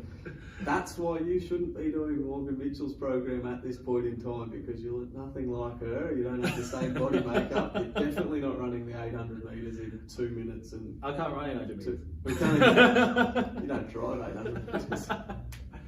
Yeah, anyway, a bit sidetracked there, but I think that's important. We go back to that, like instant gratification, it's there. He's doing it, so I should be doing it. Look, we even have it within the company. I can think of times where I've introduced a new drill which is specific for my athlete, for what they need then and there. And 2 weeks later, a youth athlete might be doing it because one of our younger coaches has seen it and decided that's what they need. So, we're not perfect in any means, but if you can explain the why, the how, and the what behind it, and then put that on top of your athlete, why, what, and how they need it, you can use it. Exactly, and that's what I think what athletes need to understand is that, there is so much information on social media. You need to be able to know what is its purpose. Like, can you technically do it? Is it working within your program? Is it going to produce measurable return in your performance outcomes? Right? Like that's what we're really aiming for when we're looking at an exercise. Okay, and that's maybe just the foundation of like looking at social media and looking at your best coaches and your athletes, right? And look, I'm going to just touch on one more part of social media. Like if I'm going to search for how to get faster, what would be in Google? What would be the main social platform that comes up? And you're looking after this for us at the moment, Tom. I don't know. That's my problem. TikTok. TikTok. Oh no, it's not TikTok. It's not TikTok. It's YouTube. YouTube now is the second biggest search engine now outside of Google. And it'll be Ace Performance with your SEO marketing. It will be Ace Performance. At the top of the list. Yeah, absolutely. But YouTube is like another big beast that we just need to have a look at. Now, if I'm looking at ways to do things, like I was looking at how to spray paint our turf downstairs for the sprint track, and YouTube comes up. So YouTube it's just another huge beast in itself, right, Tom? And you're looking after that strategy for us at the moment. But what are your thoughts on YouTube as a learning tool? Oh, I love it. I use it myself. It has its application. Definitely, I think that for it to be free and accessible, and like you said, learn anything that you want. Yeah. Just chuck it in there and watch a video of it. I love that part of it, but there's intricacies, nailed that word, to face-to-face coaching that is going to be different to that. Yes. You've also got to know where to search. If you type in how to get faster for sport, you're going to get videos, but it's probably not the ones you want. So if you know where to look, YouTube can be very beneficial. Maybe I would suggest start searching for a coach. and see if they're on there. Yeah, if you find a coach that you think that you like, you think that what they're educating you on is useful, search for the coach, don't go for the keywords. Yeah, and see, that's I think the big difference between YouTube and most of the other social media platforms is that good quality coaches have the time on social media, on YouTube, sorry, to be able to talk about the how, the why, the technique, and this is how you use it, and and construct their videos in a good manner. And ultimately, it won't be them putting the video up of themselves. They're not standing in front of a tripod saying, all right, guys, I'm going to teach you how to do X. It's them at a conference, or it's them presenting to someone, where it's someone who is, looking up to them as a mentor, is going, I'm going to film this, and then I'm going to get famous on YouTube because I've put up this great coach. Yeah, it's true. Yeah. So, social media, guys, it kind of falls in line with everything that we've just discussed previously, and that is do your research, find an expert, and then, due diligence. I just kind of stumbled that across out of my mouth, but make sure that when you do watch them on social media, that it has a purpose, and if you are going to adopt their training methods, I would still seek help from a professional, but if you don't have the resources or the money or the time, some of your better experts will explain everything to do in detail and why you need to do this exercise and how it's going to benefit you. And I feel like YouTube is probably the best platform for that. Agree? Yep. Yeah. Awesome. Now, this is my favorite part of this conversation, and it's step number 8. We're going to go through fads, and we're going to debunk a few. All right? And these are some of the ones that, some bits of equipment that we've actually used in our coaching model. Okay, so I'm going to put this on you guys. I want to get your feedback on this one. All right, let's start off with vibration platforms. Boys, let's have a good chat about that, because vibration platforms was a part of our training model. Yep. So, but it isn't anymore. But it was huge in the fitness industry, by the way. I think it's still there somewhere. Well, it's on the infomercials now. Is it on now still? No, those little ones that you can lose weight just sitting in your armchair? There you go. So it's still around. Vibration platforms at home, you take them home with you. No, we used to use them in our training. There hasn't been a huge amount, or actually there hasn't been any studies out there that have proved that they've been useful for regeneration. We used them post-training. They were huge within the industry, that you had to use them as part of your recovery protocol, stimulate your blood flow, get yourself recovering quicker, train again harder the next day. Great marketing behind it all, but yeah, like I said, the studies haven't been there to prove that it's useful. So if you use it and you feel like you get results, then certainly keep going. Yeah. But a lot of that comes back to recovery can be at times what you find beneficial for yourself, because a lot of it's mental. And recovery, there are better recovery methods now these days than, I believe, than the vibration trainer. Would you agree, Tom? Yeah, there's definitely some out there. I'm along Brett's path on this. Nothing has been proven better than sleep, nutrition, hydration. Like the 3 most simple things that are out there. And a lot of people, this is my big pet peeve with it, is don't spend $5,000 on a proper vibration platform if you're sleeping 6 hours a night, you're eating crap, and you're not drinking enough water. Don't do it. Don't waste your time. But if it's available to you and you're not loading up, you're not parting with your own hard-earned for that sort of stuff, and psycho-socially you feel better for doing something like that, then do it. Then do it. But if the science doesn't back it, sleep, eat, rave, repeat. Absolutely. I'd say the 2 hours a week you spend on the vibration platform, cut that and add it to your sleep. Oh, huge, mate. Yeah. Would that be better? Yeah, I reckon. Wisdom Fridays. You've got you touched on food.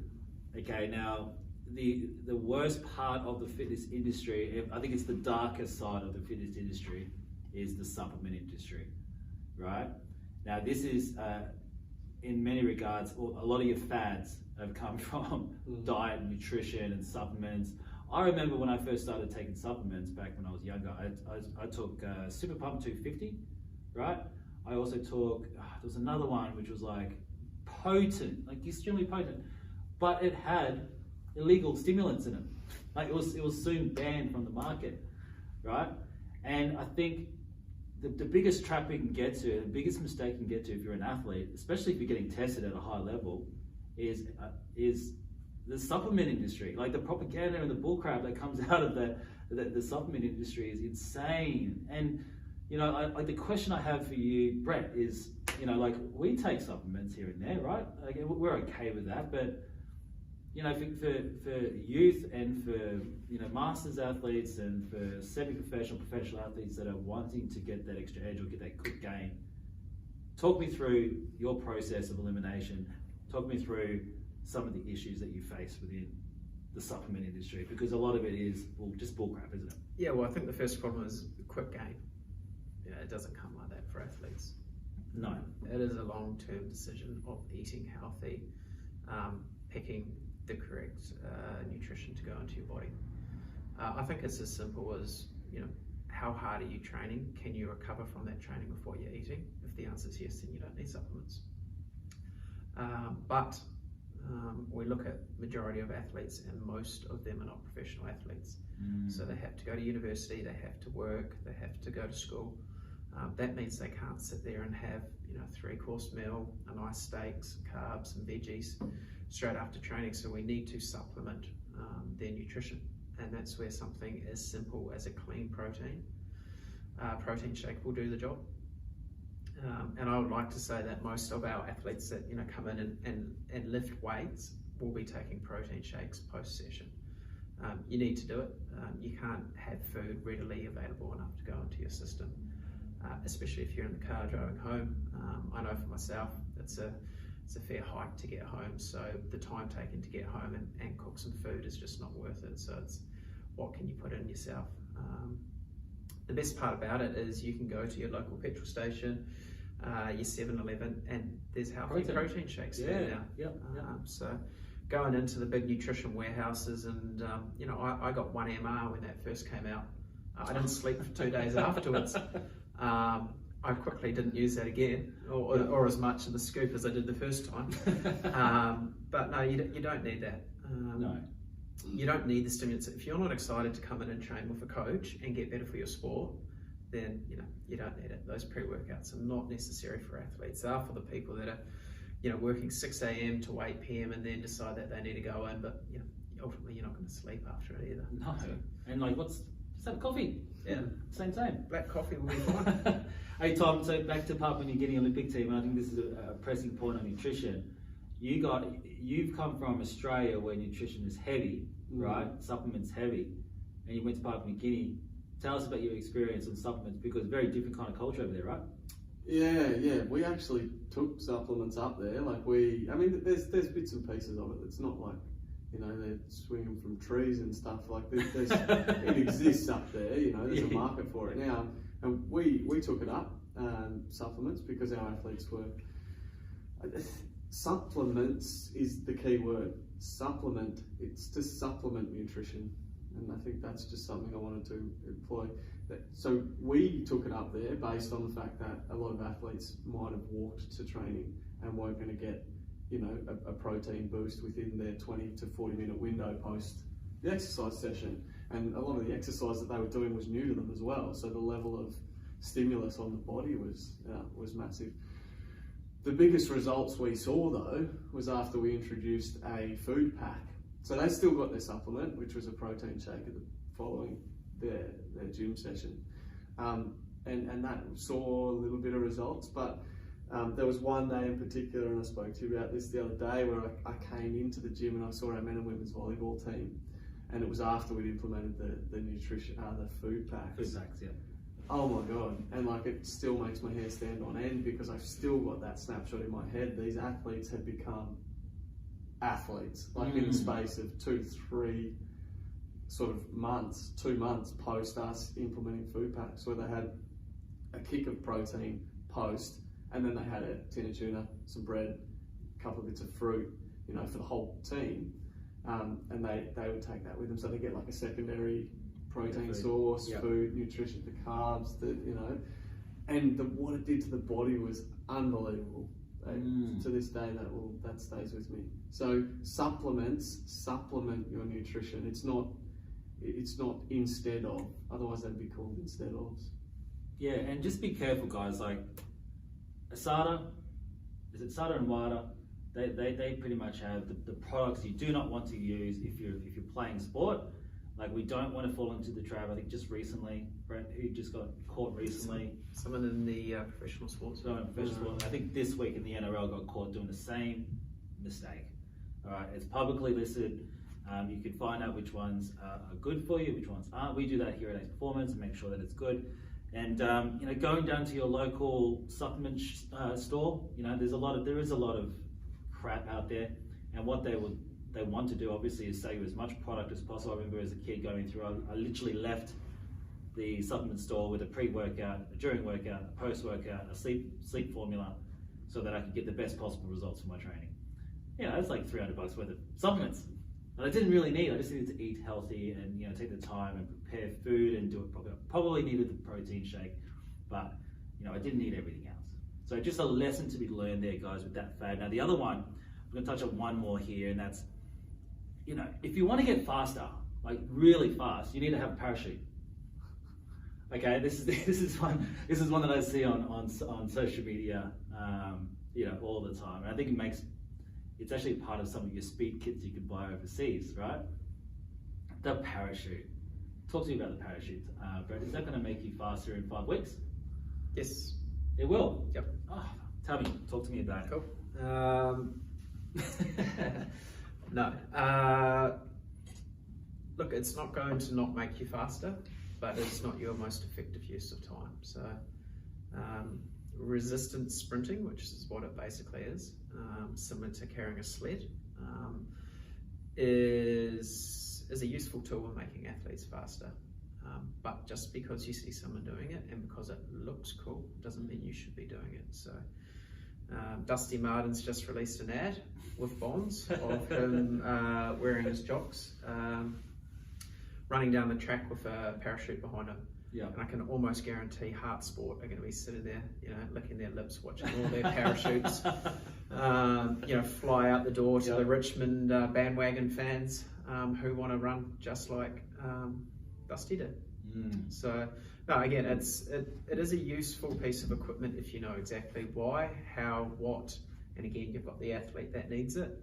But that's 1% of athletes that are actually doing speed training, so it's a very low percentage of people that need it. So I really think that people need to know a little bit more behind why you're doing an exercise before implementing it. It's just like hill sprints. Hill sprints look pretty cool. These guys, the track athletes are running up a hill sprint and running up a hill in their pre-season. I'm going to go get my whole football team to do it. But then they turn up to training the next day and 5 of them can't walk because their Achilles are so sore. So, there's a time and place for everything, and just because a professional athlete does it and gets paid a lot of money to do it, especially to wear the jocks, it doesn't mean it's for you.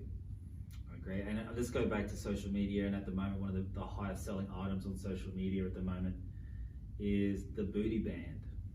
Tom, have you seen the booty band? No, I hadn't until you mentioned it.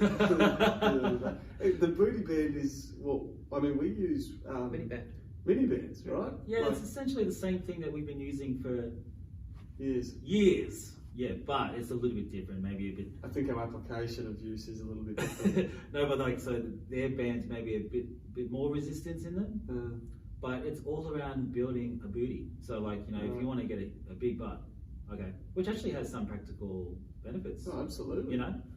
But aggressive extension is important. we could probably mock it, but you might have use for it. But in the sports performance perspective, guys, not the just purely building a booty, right? This has been used forever, and it has benefit. So let's talk about that. Yeah, well, we use them. We use them, but we use them for a different purpose. Again, we're going back to sex cells. There's application to growing your glute muscles because there's, muscles in there that are hip stabilizers, which are important for application to sport.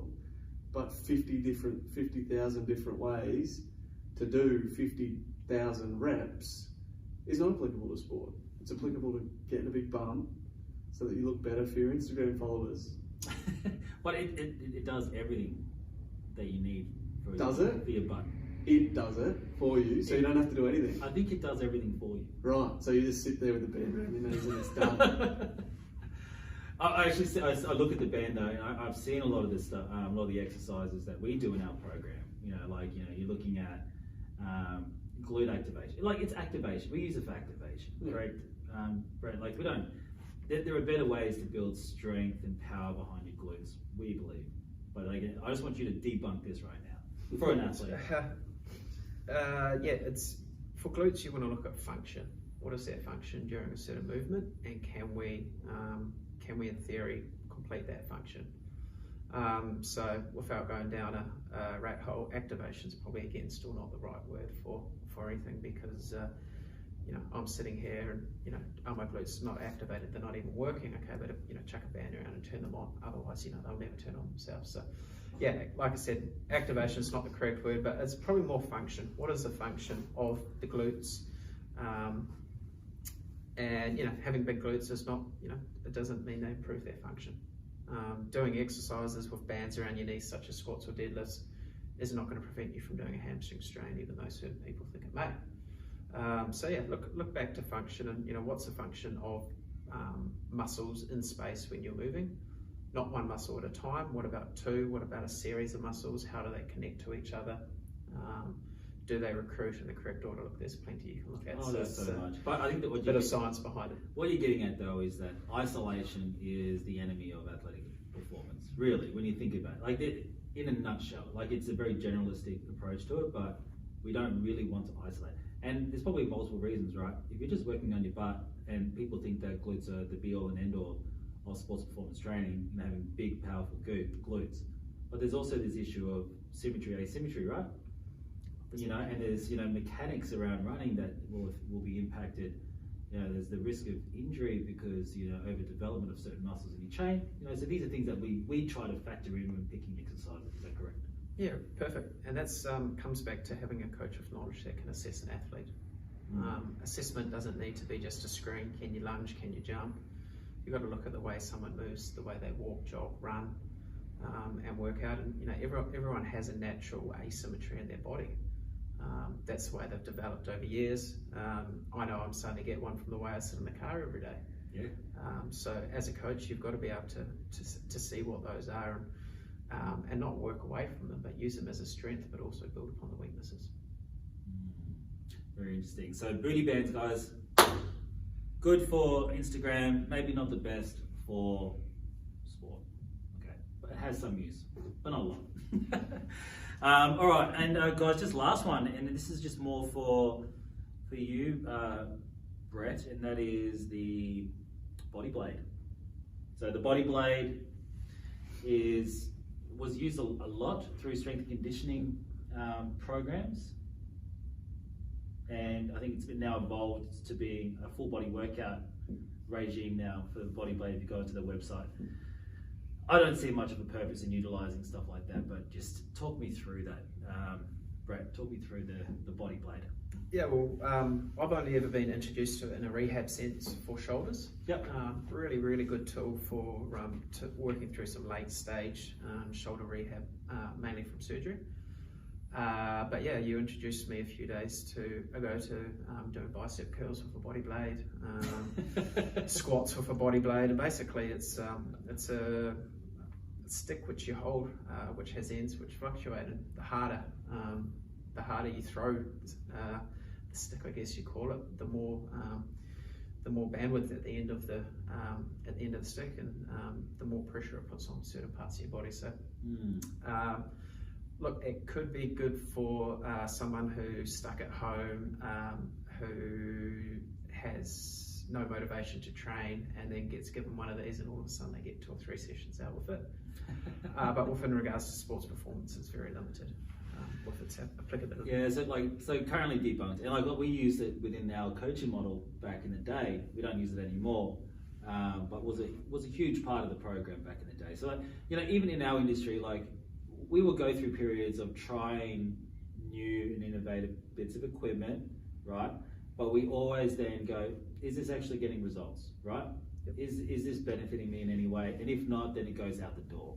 You know, one of the pieces of equipment that have stayed with us is like, you know, the Vertimax. It's been around for years and years and years and years, but it has great application to developing speed and power, you know, and everything that we need within our program. So it's still in the gym, thank God, because it's very expensive.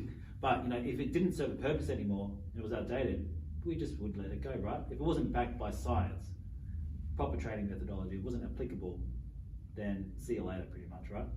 Yeah, it's the same with anything, with new exercises as well. If we're wanting to bring a new exercise in, my first question to a coach is, have you tried it on yourself, and what results did you get? So it'd be the same with a new piece of equipment. If someone wants to bring in something and say, look, this is the new piece of equipment which is going to prevent ankle sprains, or have you used it on yourself, and what results did you get? So trial everything before you do it, if you're a coach, before giving it to an athlete. I agree. All right, Tom, this one's for you, mate. This is point number 9, right? And like we've already touched about it really quickly, but I just want to touch on it one more time, right? Because I think that there needs to be a clear difference here in what sports performance training is about and what's out there at the marketplace at the moment for people, and what they perceive is the right thing for them for their sport. And this goes back to, and this is the core subject line, it's all about our goals, not my goals, right? And this is group training programs. Now, my perspective is that you're getting great value. You've got a coach coaching you through a program which has been carefully designed in a team environment, which is community, at a price, and you go as many times as you like, at a price of one standard personal training session. So why not do it? So nobody's nailed it yet. I think that's where the issue is that just nobody's really nailed it. This day and age, people want everything for not much because there's a lot available, and so you don't want to part with your money because you're going to $1 coffees from 7-Eleven, and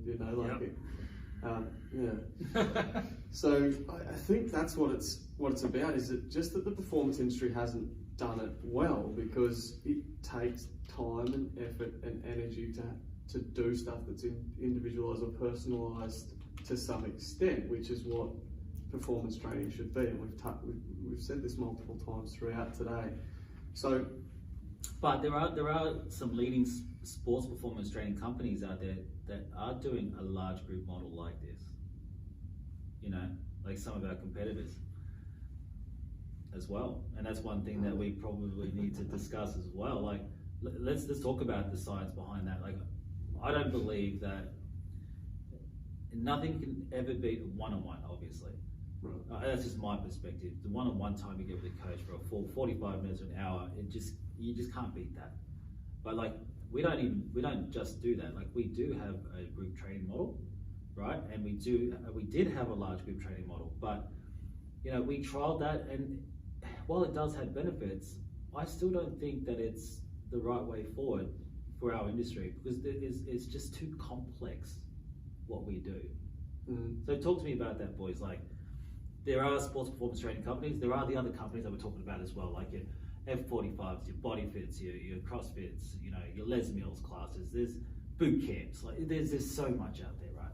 Boxing, Pilates, yoga.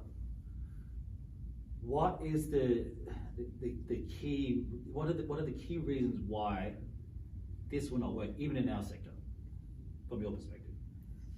I think, like, if you look to an F45, the reason it's exploded is because there's very little admin to running one.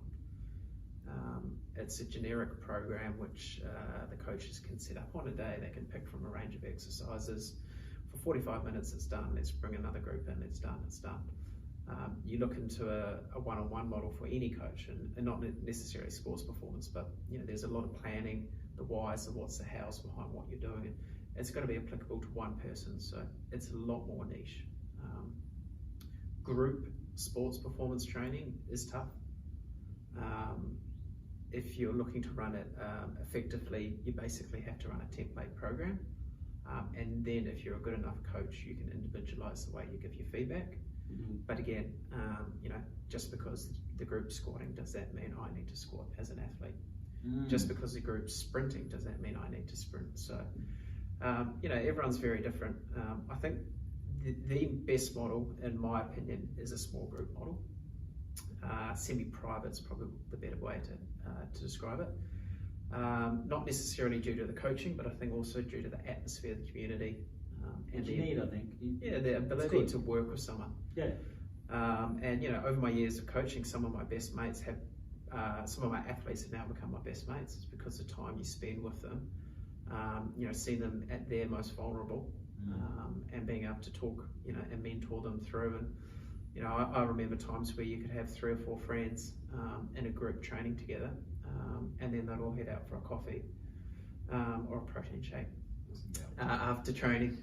So I think the small group, semi-private atmosphere is the best to work from.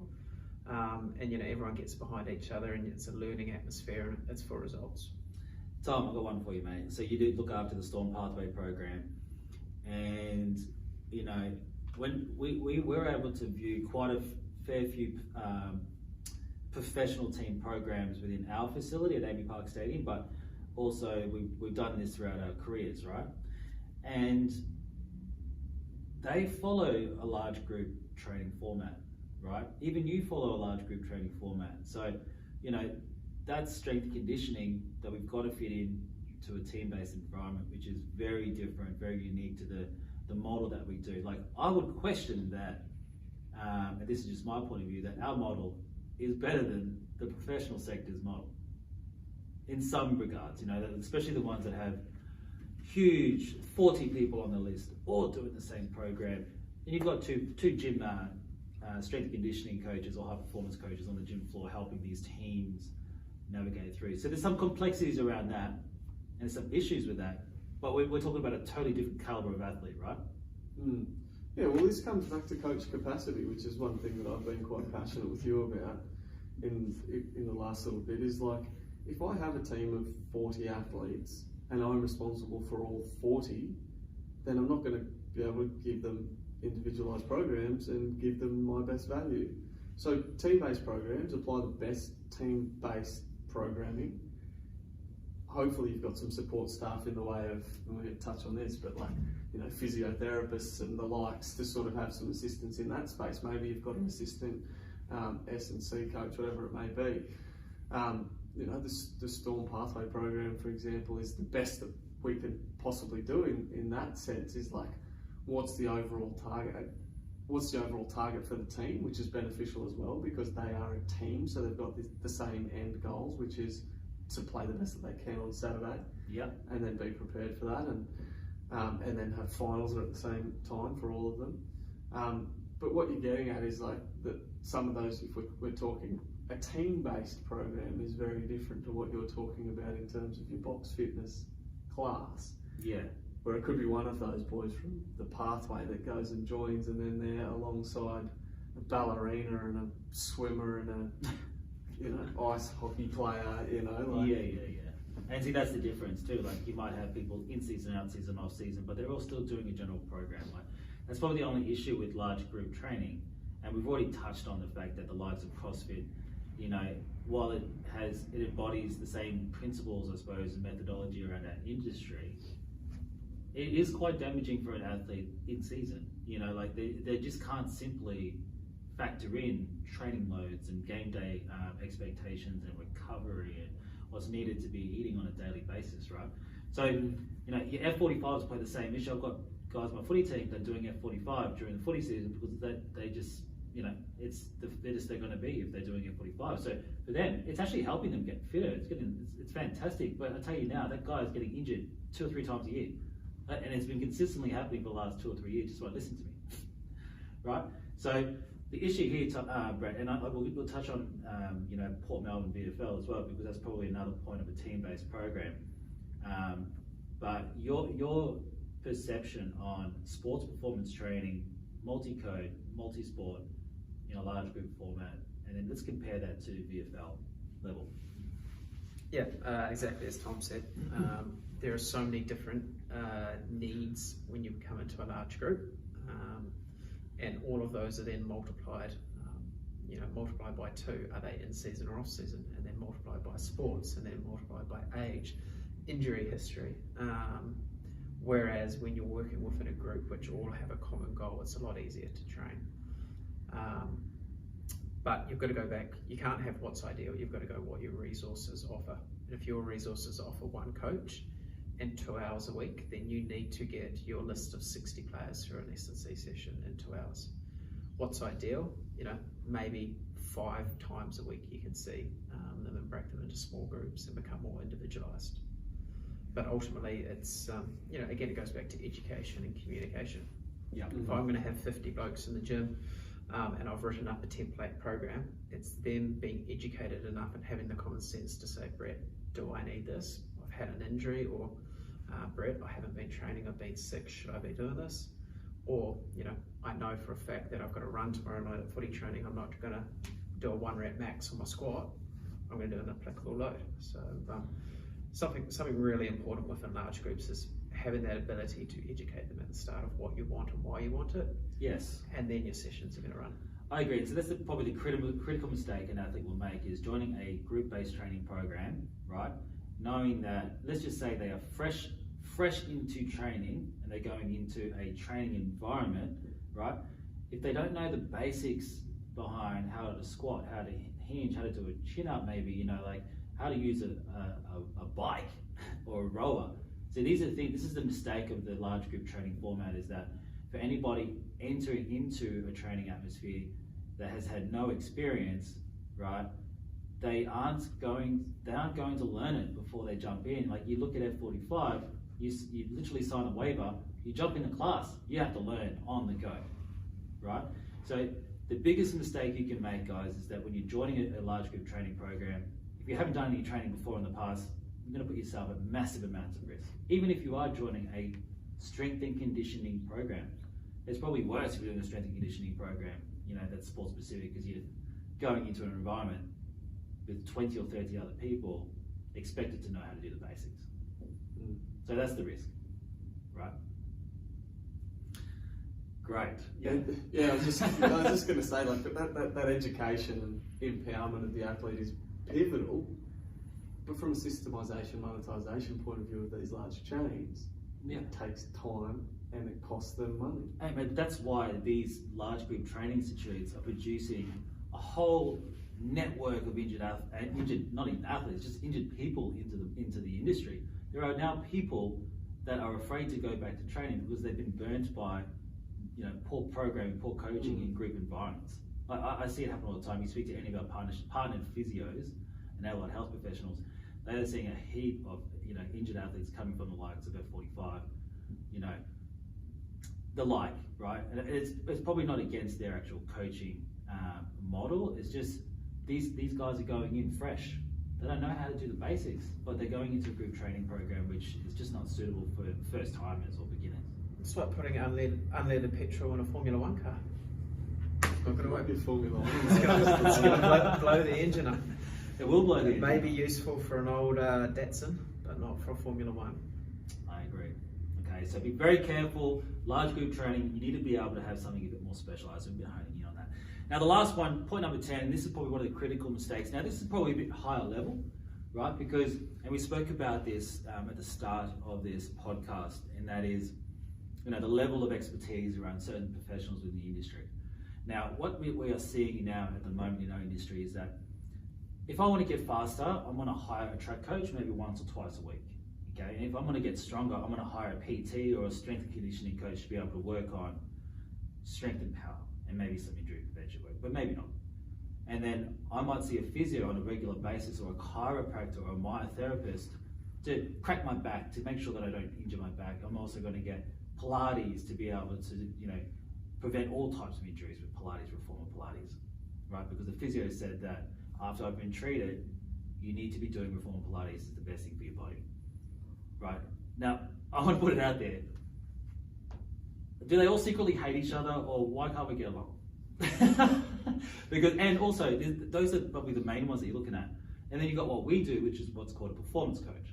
a performance coach, we like to dabble across the board, but we can specialize in certain areas, I think, and we can do some areas really well and some areas maybe not so well, but we've got enough education experience to be able to mold them all together, right? But even we are considered strength and conditioning coaches or PTs in that whole cycle, right? So why is it, and then why do I get the feeling that we all secretly hate each other?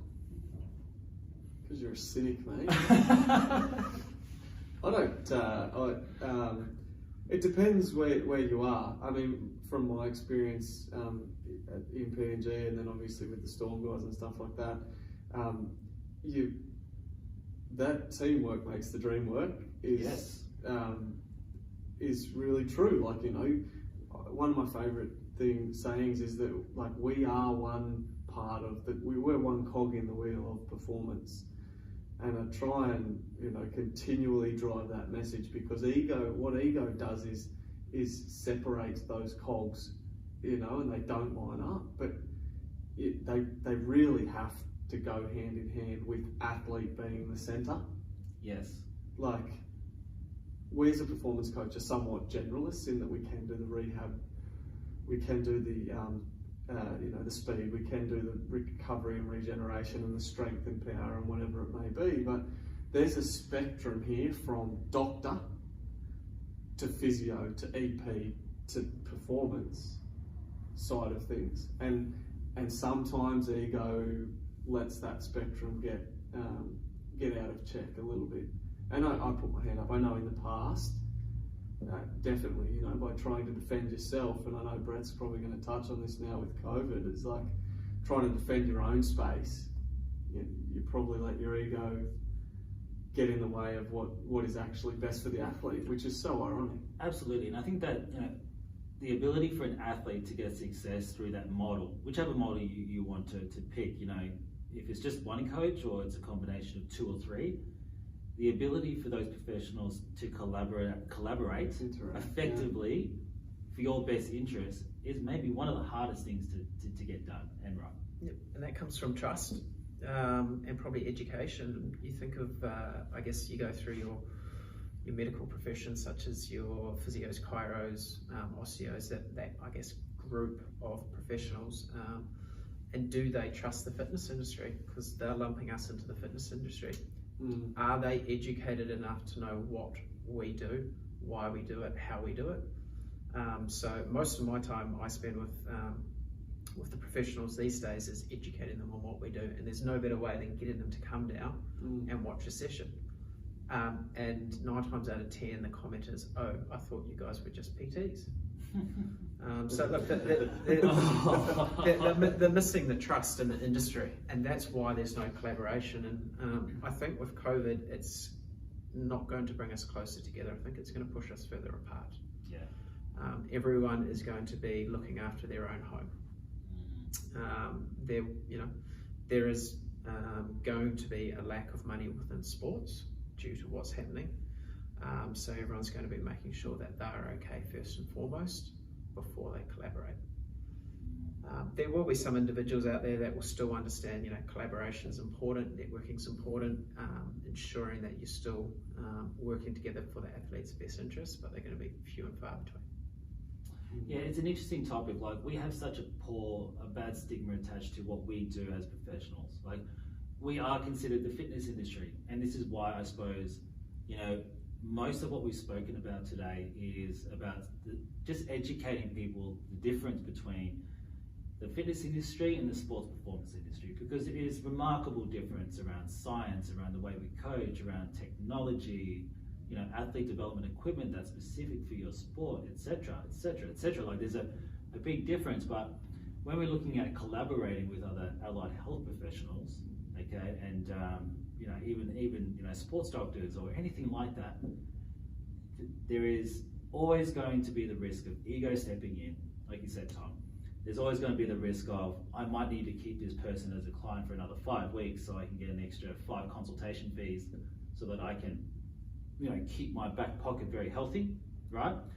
And even the same thing with the sports performance. I need these guys to not see the physio, so I'm going to call them and I'm going to tell them to come back to training early which may cause injury. So there's this huge ineffective collaboration between the network of performance that's going to make sometimes a severe impact on whether or not you're successful in your sport.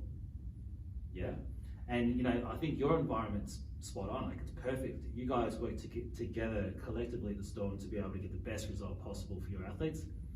They're all employed by the same organisation, so it makes a big difference. But when you're a private athlete, or you're an aspiring athlete, or even a masters athlete, you just need to be able to identify, get them to all talk. So these are probably some of the solutions, right? Get your coach to connect with your physio. Get your coach to connect with your track coach. Have a coffee with each other. Talk about the periodization, talk about the plan, get them on board, create buy-in, show them the benefits of what you're doing. So if you're an athlete, probably the best step forward for you would be to group them together in some capacity. Create a team of coaches for you. Yeah. Well, that's it. I mean, right, you're bringing it together. That's my favourite part of the job, is like bringing together all of these parts of performance. Yeah. To create the best result for the athlete. Absolutely. And we're not, by the way, we're not against the other professions, are we? Like, we really welcome the opportunity to speak to coaches. That's my first question to an athlete. Like, especially if they've had an injury, like, who have you seen for it? Yeah. Is it an acute injury? Can I have their details? Yeah. I hope you've seen the physio. What's his details? What was the report that you got from him, him or her? You know, like, if that's not the first question that your coach asks you when you've had an injury, for example, or whatever it may be, or right now, like we're going through COVID, and a lot of clubs have given their athletes programs.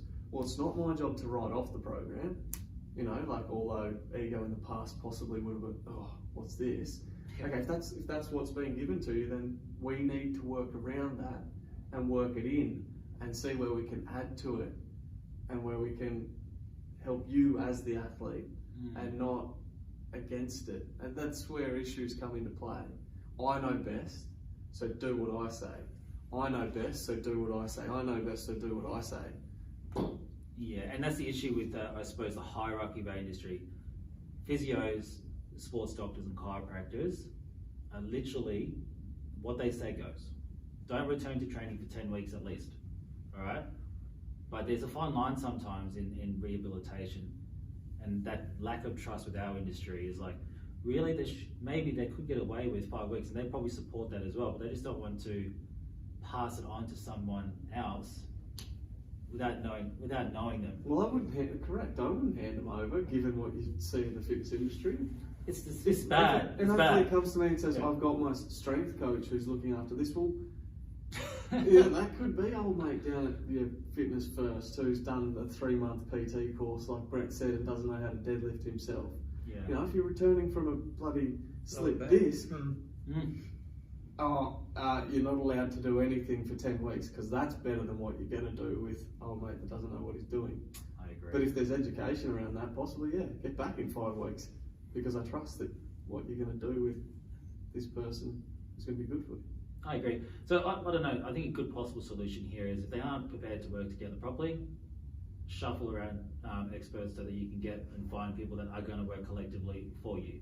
Like, there are many physios, there are many sports doctors. I saw a sports doctor about my back, which I popped a disc very badly, and that doctor and surgeon said that I needed to have surgery, all right, and I should never lift weights ever again. All right, this old school. Okay, see another specialist, and he's like, you do not need to have your disc surgically worked on, and you need to start training because it's everything that's going to keep your spine stabilized. And I knew that. So getting a second opinion in many cases is going to help you, right? Same thing with regards to finding your team, your backup team, or your A team. And that's the biggest mistake. If you can't get them to work collectively together, it's going to work against you. Even your sports coach needs to be a part of that team. Would you be correct? Absolutely. They're the manager of your overall results, you know. Like. Oh, and what better way to go back to your coach and say, by the way, coach, my sports performance coach, or my strength and conditioning coach, or my track coach, or my physio wants to touch base with you about my training program. Absolutely. It's only going to work better for you. Yep. It's going to get everyone on board as well. I agree. Guys, well, thank you. That sums up 10 critical points, right? Critical mistakes. Now, the very first one that I'm going to talk about is the dark side of the fitness industry. Now, that's simply, we've gone through all the negatives, but there are a lot of positives about the fitness industry. Don't get us wrong. Calibre of expertise, what kind of qualifications, experience your coaches have. One-stop shop gyms, but just be careful. Yeah, great. Bodybuilding.com, just please stay away from online crap that's out in the marketplace. Step number 5 is just, where's the science gone? You know, let's look back at real results, real science, real training methods that have been proven over time. Make sure you have a plan, because if you don't have a plan, you plan to fail until Everyone's got a plan until they get punched in the mouth. I got a plan to get punched in the mouth, so make sure it's fluent. Social media does not work. Please don't copy exercises off social media unless you know the why, its purpose, and it's going to make an impact on your training. We've just debunked a few exercises today, you know, some famous fads, but just be very careful about the supplement industry. It's a propaganda beast in itself, okay? Which coming from your mouth, which is not good. It's not about my goals, it's about our goals. So like, what I mean by that is group training atmospheres, and it really isn't, for anybody new coming into sports performance training, probably not the best thing for you to jump on board with, right? And last but not least, teamwork makes the dream work, and this is all about collaborative, effective collaborations between coaches within your network. Get them all working together so that you get the best out of your sports performance, right? Good. Now hit us back if you have any queries or questions, aceperformance.com.au, and please leave comments below.